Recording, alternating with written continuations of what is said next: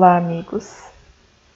É com muita alegria, com muita satisfação que eu trago para refletir com vocês hoje um assunto que eu considero extremamente importante e vocês vão compreender ao longo da minha fala o porquê disso. Nós vamos tentar encontrar em nós um pouquinho daquilo que é o assunto, o tema da noite. Então, com essa intenção, nós começamos refletindo em cima de uma questão do Livro dos Espíritos, lá dentro da parte 3ª, que fala das leis morais, no capítulo 12, quando Allan Kardec fala sobre a perfeição moral, ele pergunta aos espíritos: dentre os vícios, qual o que pode ser considerado radical? A resposta dos espíritos é categórica. Eles dizem assim, repetem inclusive, porque dentro das respostas eles falam: temo-lo dito muitas vezes, o egoísmo. É interessante porque eles fazem questão, eles não simplesmente responderam, eles fazem questão de frisar o quanto eles repetem isso, o quanto eles enfatizam esse assunto. É o egoísmo. E continuam: daí deriva todo o mal. Estudai todos os vícios e vereis que no fundo de todos há egoísmo. Então a gente fica pensando, todos os vícios. Lógico que aqui nós precisamos ampliar a nossa concepção de vícios, colocando o vício como o oposto à virtude. Temos vícios e temos virtudes. Então tudo que não é uma virtude, tudo que não constrói, que não eleva, que não produz o bem, é um vício, que é o seu oposto. Aquilo que combate o bem, aquilo que não eleva, aquilo que não condiz com as leis divinas, é o vício. E o mais radical é o egoísmo. E no fundo de todos os outros há o egoísmo. Aí eles continuam assim, dizendo que por mais que lhes deis combate, não chegareis a extirpá-lo enquanto não atacardes o mal pela raiz. Ou seja, destruir a causa. E lá no finalzinho da resposta, eles colocam uma frase que denota a importância dessa nossa reflexão, da reflexão desse dia. Ele neutraliza todas as outras qualidades. Então, se nós pensamos que na nossa luta diária pela construção das virtudes em nós, das qualidades em nós, eu quero ser bom, eu quero ser mais humano, ser mais generoso, eu quero ser caridoso, eu quero construir em mim diferentes qualidades, diferentes virtudes. Mas se eu não combater o egoísmo, ele vai neutralizar todas essas qualidades. Aí nós podemos pensar o porquê então. E é isso que nós vamos fazer ao longo dessa reflexão. E para compreender um pouquinho mais esse assunto, porque assim é muito importante que a gente perceba o egoísmo em nós mesmos.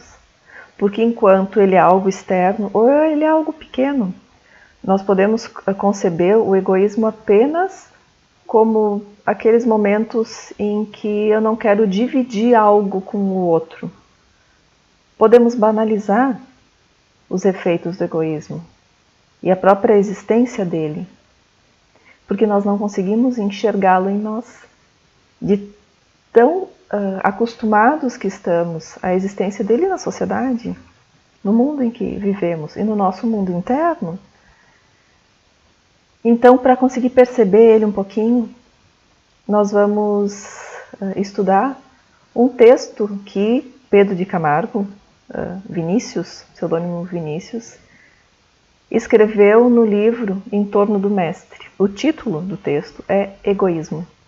E ele traz assim, dicas muito boas para a gente conseguir compreender um pouco mais do que é esse vício, de como ele faz parte de todas as coisas que não são boas. Ele diz assim, eu vou pegar trechinho por trechinho e vamos falar brevemente sobre eles. Ele diz assim, a usura é a nudez do egoísmo.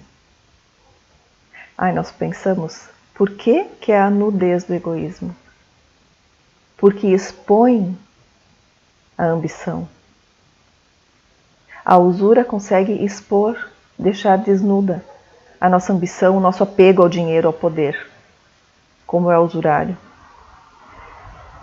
A avareza é o esqueleto do egoísmo. Imaginamos assim, então, a avareza, né? Aquele que só quer juntar, que não é nada generoso, é o oposto da generosidade, né? Que junta só para si. É o avaro. É o esqueleto do egoísmo, quer dizer, ele é a estrutura, ele faz parte da estrutura do egoísmo, porque ele é o oposto à caridade, à generosidade. Ele continua. A inveja é o miasma do egoísmo. E nós podemos compreender, então, que a inveja como o que é exalado pelo egoísmo. Ela vem do egoísmo. Aonde há o egoísmo, consequentemente, haverá a inveja. Porque eu não admito que o outro tenha. Eu não admito que o outro faça, que o outro possa, que o outro tenha determinado poder que eu não tenho. E desse egoísmo a inveja exala como um miasma. A hipocrisia é a mentira do egoísmo. Imaginamos então assim que o hipócrita, aquele que faz diferente do que fala, ele prega determinada situação, determinado comportamento, através da fala, mas não através dos seus atos. Os atos são opostos, são diferentes da sua fala. E essa é a mentira do egoísmo, porque ele não admite a si. Ele não reconhece a si, ao menos perante os outros. Então ele terá uma fala diferente da sua ação. E se revela através da hipocrisia. A esquivança é o covil do egoísmo. Olha só, é o covil do egoísmo, aonde ele se esconde, onde ele tenta se proteger, o egoísmo. Na esquivança, no desprezo, no desdém, na repugnância, é onde o egoísmo se esconde. A dissimulação é a covardia do egoísmo. Olha só, a dissimulação, o fingimento. Por que a covardia? Porque ele finge para não ser visto, ele não tem coragem de se mostrar, e ele finge, ele dissimula, ele não quer aparecer por ser covarde. O jogo é a fascinação do egoísmo.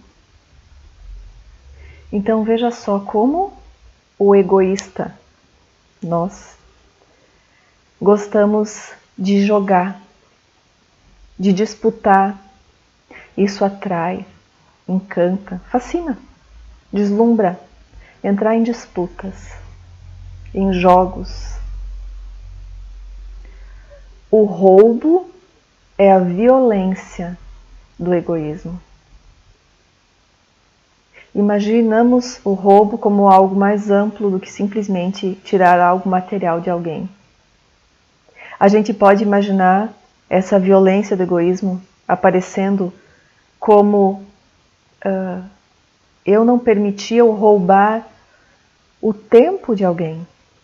Não permitir que ele use seu tempo da maneira adequada. Que ele use só comigo. Que ele use para mim. Eu posso roubar os sonhos de alguém, e roubando os sonhos, talvez roubar a autoestima, talvez roubar a vitalidade, a vontade de viver. É assim que o egoísmo violenta.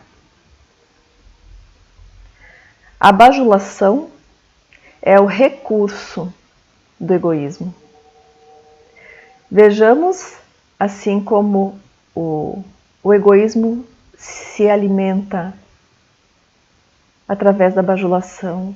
Como é que ele quer ter recursos para ele mesmo? Através da bajulação. Tentando tirar vantagens, elogiando além do normal para que a pessoa dê mais atenção a mim. Eu bajulo. A iniquidade é a lei do egoísmo. Imaginamos assim lei como algo que é cumprido. E nesse caso do egoísmo é a iniquidade. Então o egoísta nunca age de maneira justa, de maneira igualitária. Ele sempre faz diferença. Ele sempre coloca os próprios interesses acima. Sempre. A discórdia é a expansão do egoísmo. Por que o egoísmo se expande através da discórdia, talvez por envolver os outros? Porque sempre que há discórdia, não há concordância, não há união, há disenção. O ódio é a combustão do egoísmo. Imaginamos então a combustão do egoísmo, o ódio alimentando essa combustão, essa queima que pode se alastrar, inclusive, através do ódio. A vingança é o desagravo do egoísmo. Então o egoísta pensa que ele só repara, que só há desagravo, só há reparação, se ele agir, se vingando. A calúnia é a perfídia do egoísmo. Aquela maldade, aquela deslealdade, através da calúnia, através da mentira, da difamação. A intemperança é a avidez do egoísta, do egoísmo. Imaginamos toda a intensidade, toda a avidez do egoísmo aparece através da intemperança. É sem moderação. Ele não modera seus apetites. Ele não limita os seus atos. É sempre intenso, sempre cobiça, sem moderação. A vaidade é a parvoíce do egoísmo. Vamos imaginar, então, a parvoíce do egoísmo, a falta de inteligência, a falta de capacidade de compreender as suas limitações. Ele pode suprir como? Através da vaidade, necessitando se mostrar e ser reconhecido além do que realmente ele é. Então essa falta de capacidade, essa falta de inteligência do egoísta, ele pode manifestar através da vaidade. O ciúme é o travo do egoísmo. O travo, aquele sabor astringente, aquele amargor, aparece através do ciúme. Quem sente ciúme tem esse amargor na vida. E também é sinal do egoísmo. A luxúria é a disfarçatez do egoísmo. Ele se disfarça, ele não se envergonha da própria lascívia. Ele busca o prazer exacerbado. O fanatismo é o zelo do egoísmo. Imaginamos então, porque o zelo do egoísmo poderíamos pensar numa coisa positiva. Egoísmo zelando pelo quê? Mas ele zela com fanatismo. Ele não zela de maneira lógica, de maneira coerente, de maneira racional, nem em termos de sentimento e de afeto. Ele zela de maneira fanática. Então seus cuidados, as suas afeições extremas acabam sendo de maneira cega, acabam prejudicando. A intolerância é a arbitrariedade do egoísmo. O egoísta abusa da sua autoridade. Ele é arbitrário. Ele age e decide por capricho. Ele não tem justificativa plausível. Consequentemente, pode agir de maneira intolerante. Não respeita o diferente. Não respeita aquilo que parece oposição, que pode ser oposição a si. Ele é arbitrário. A impiedade é a resistência do egoísmo. Ele resiste à piedade. Ele resiste a perceber o sofrimento do outro. Ele é impiedoso. O assassínio é a loucura do egoísmo. Imaginamos o egoísmo a ponto de perder a razão e chegar ao ponto de exterminar o outro. Quando o outro chega a um ponto que ele me tira a capacidade de controle, pode chegar ao cúmulo do assassínio. O orgulho é a soberania do egoísmo. É interessante pensar como aquele que se sente intocado na sua majestade, na sua superioridade, o egoísta, somado ao orgulho, ele está governando o mundo que criou para si, o mundo falso, o mundo do orgulhoso. Porque o orgulhoso, ele não consegue se perceber como ele é. Porque a humildade diz relação a isso, a ver-se como realmente se é. O orgulhoso se percebe além, se percebe mais, se percebe melhor do que realmente é. E esse orgulho é a soberania do egoísmo. Lá, ele governa. Aí ele termina o texto assim: em suma, o pecado sob todas as formas, todos os aspectos, todas as modalidades é fruto do egoísmo. Pensamos o pecado como o erro, a escolha equivocada. Isso que tem o sentido da palavra pecado. Então esse pecado sob todas as formas, todos os aspectos, todas as modalidades é fruto do egoísmo. Porque o egoísmo assume no mal todas as formas, todos os aspectos, todas as modalidades. Esse texto de Vinícius corrobora a fala dos espíritos respondendo a questão de Allan Kardec no Livro dos Espíritos. E dentro daquele mesmo texto, dando continuidade a ele, na parte 3ª do Livro dos Espíritos, no capítulo 12, da perfeição moral, a questão 914, Allan Kardec pergunta, então, como o egoísmo, ele está fundado no sentimento do interesse pessoal. Ele parece difícil de ser extirpado do coração humano. Será que algum dia nós conseguiremos? Essa é a pergunta dele, chegar-se a consegui-lo, a extirpar o egoísmo do coração humano, a isso os espíritos respondem que à medida que os homens se instruem acerca das coisas espirituais, menos valor darão às coisas materiais. Depois, necessário é que se reformem as instituições humanas que o entretêm e excitam. Isso depende da educação.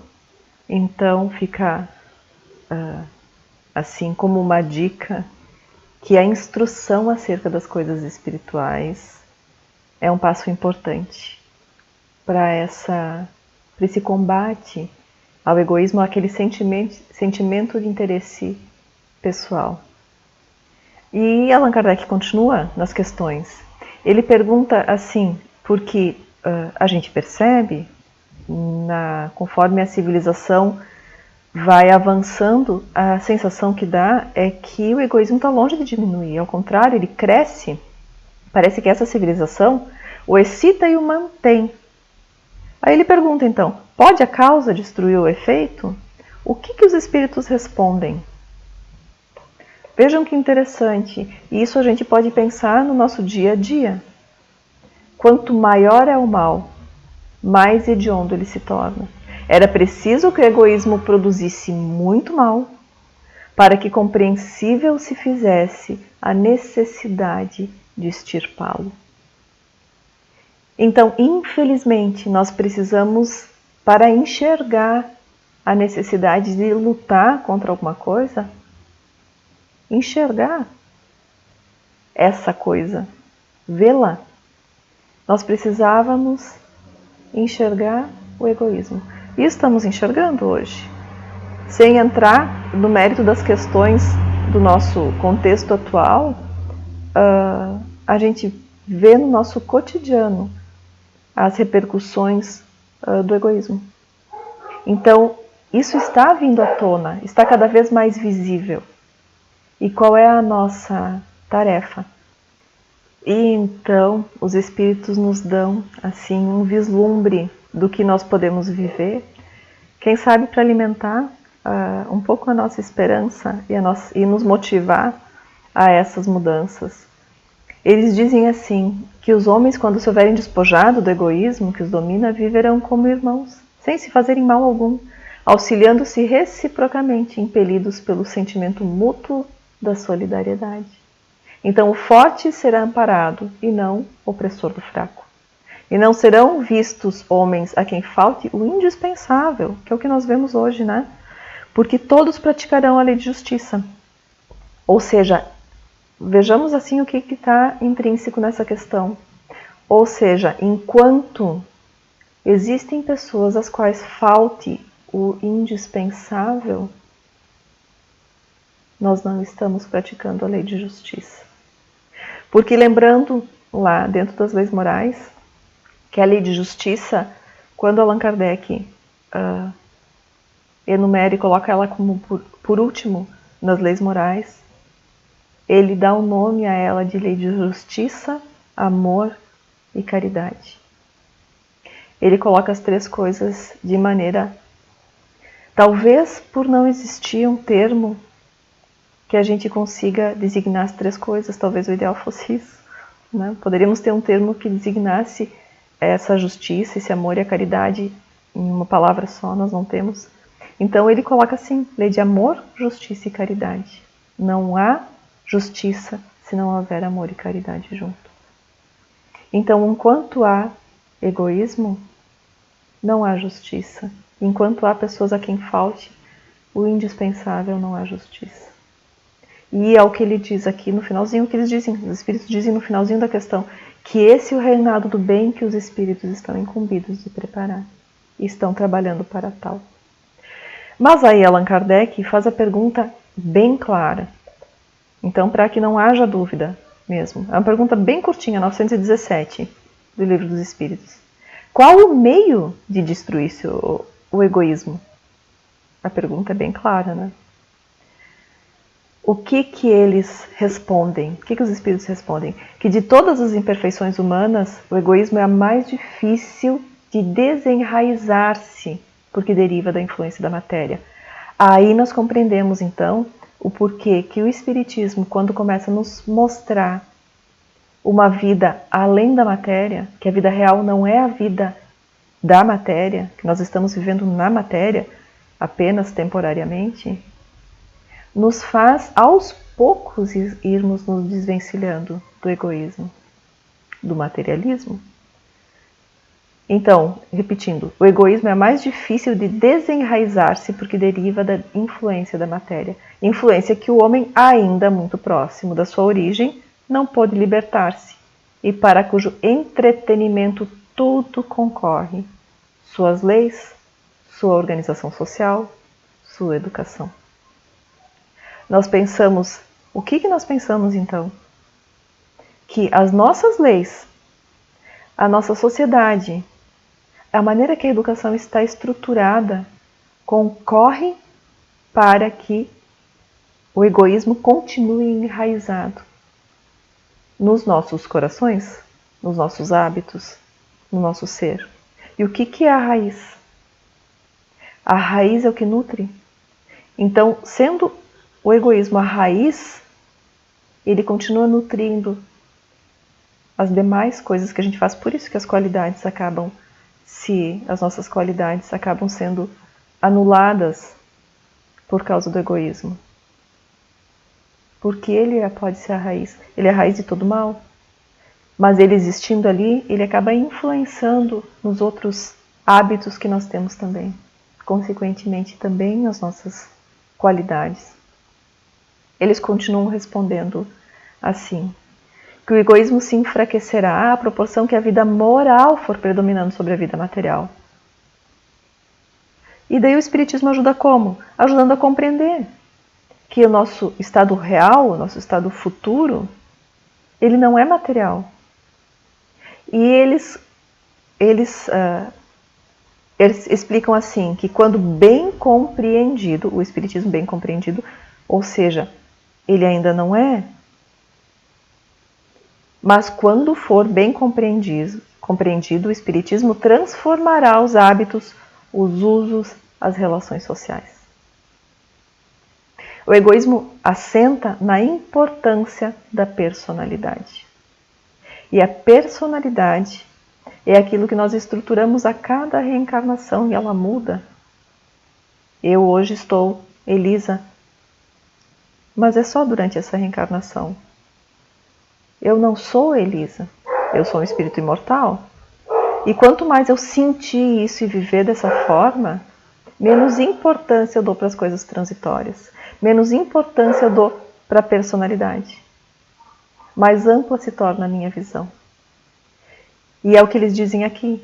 Então, quando ele for bem compreendido, ele mostra as coisas de tão alto que o sentimento da personalidade desaparece, de certo modo, diante da imensidade.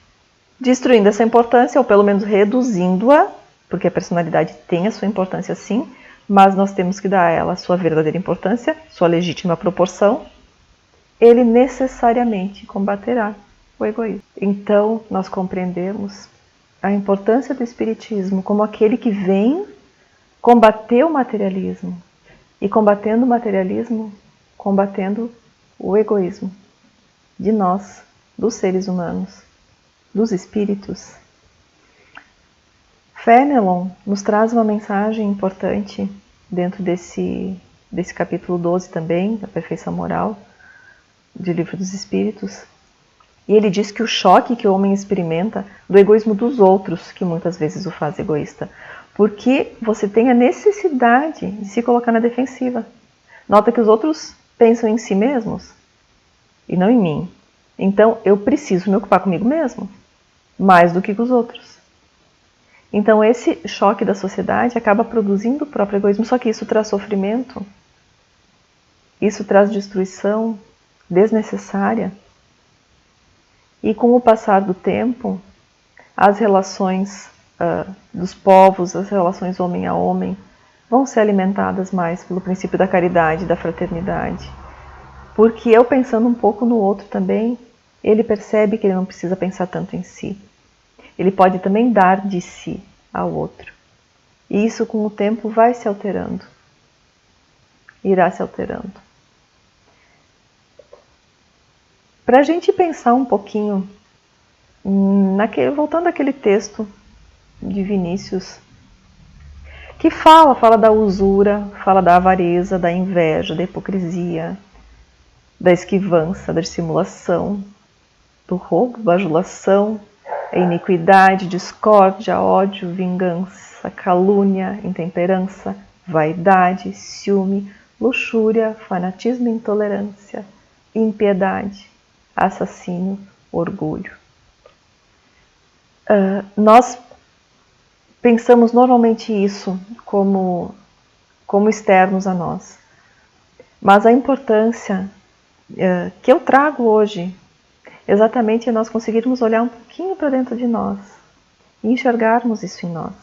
Eu sei que a gente não tem, por mais que nós também tenhamos dificuldades em falar das nossas virtudes, porque quando nos pedem, destaque algum ponto positivo seu, a gente, assim, segura um pouquinho para não falar, muitas vezes por orgulho. Nós pensamos muitas coisas positivas em nós mesmos, mas nós não queremos demonstrar isso para o outro.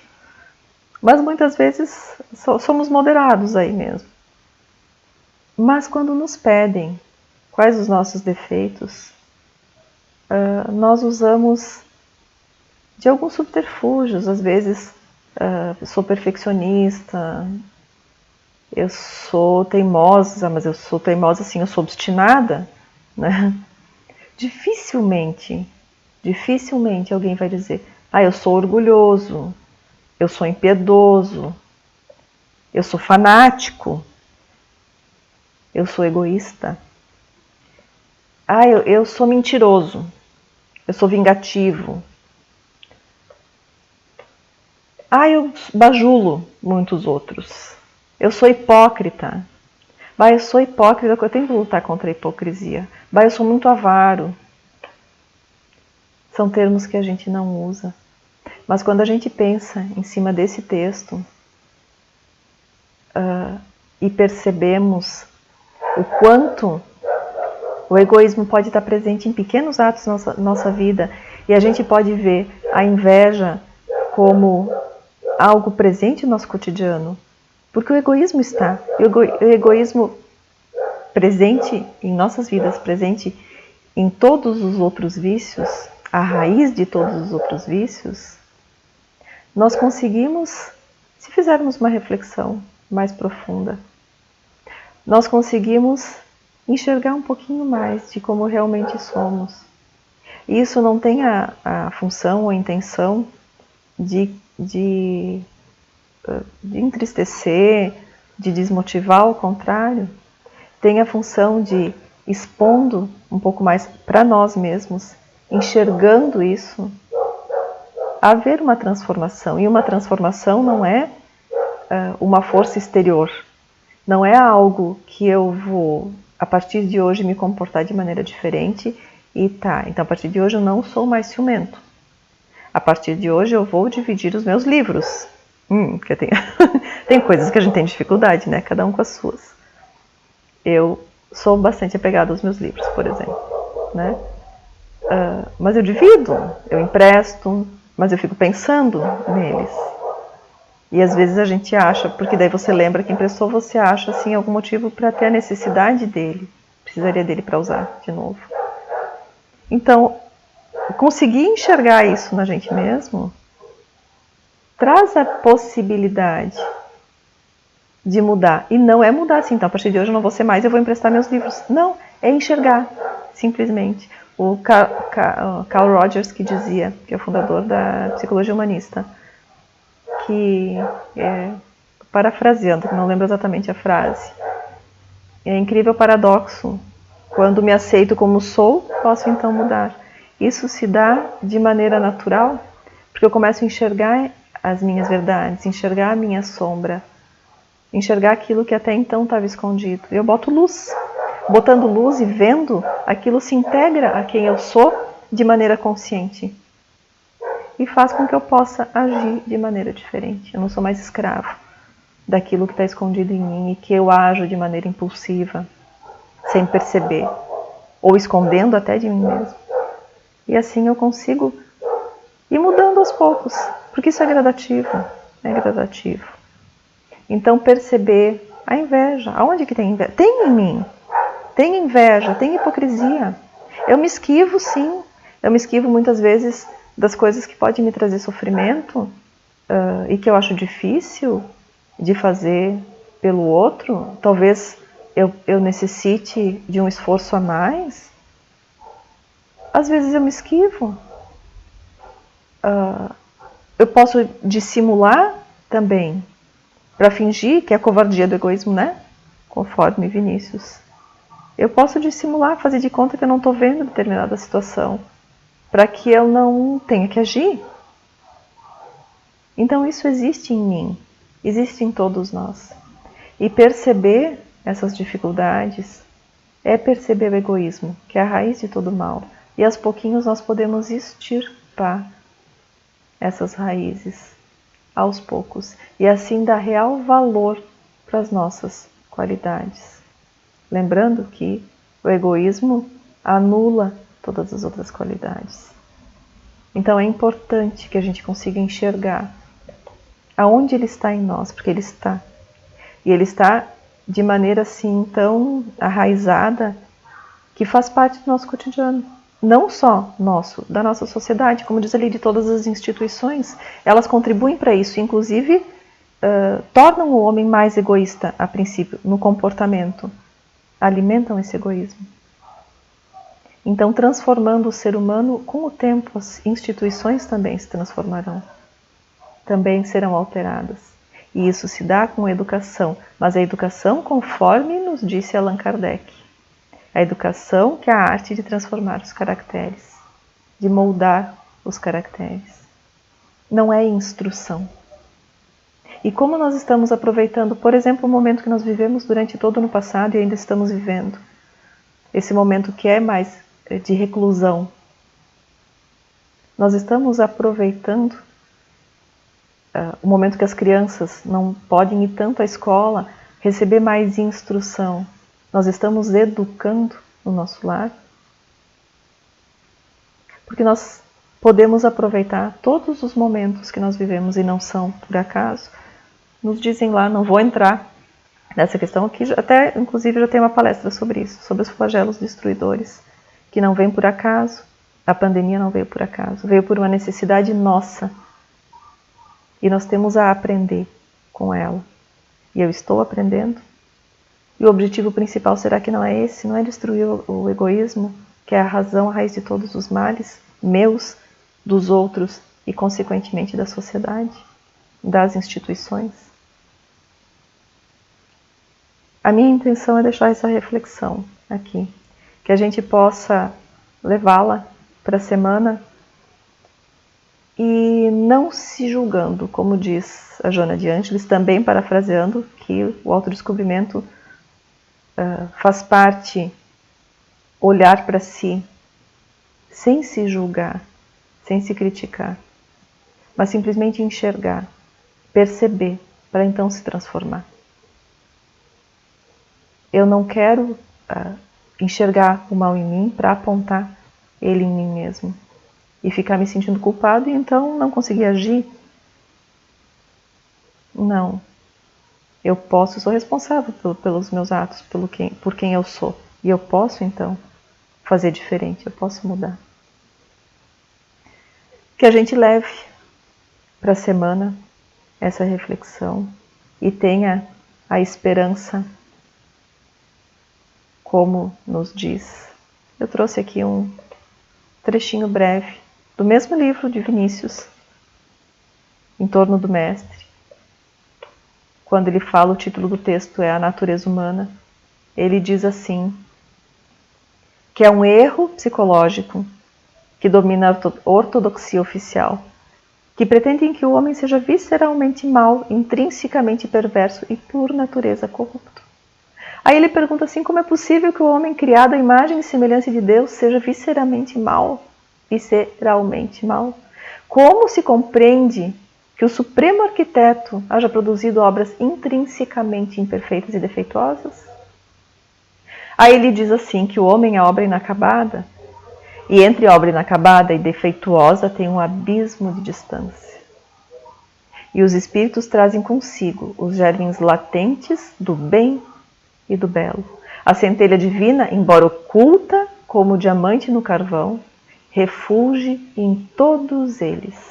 O mal que no homem se verifica é extrínseco, não é intrínseco. No seu íntimo cintila o divinal revérbero da face do Criador. Os defeitos, senões e falhas são frutos da ignorância, da fraqueza, do desequilíbrio que a humanidade ainda se ressente. Removidas essas causas, a decantada corrupção humana desaparecerá. Deus não cria espíritos como os escultores modelam estátuas. As obras de Deus são vivas e trazem em si mesmas as possibilidades de autodesenvolvimento. A vida implica movimento e crescimento. Em cada átomo do universo está inscrita a legenda: para a frente e para o alto. Que esse texto nos inspire a buscar essa centelha divina que tem em nós. Somos filhos de Deus, filhos do Criador, herdeiros do universo. Que a gente haja como tal, se sinta como tal, ao nosso tempo, ao nosso passo. Um abraço a todos.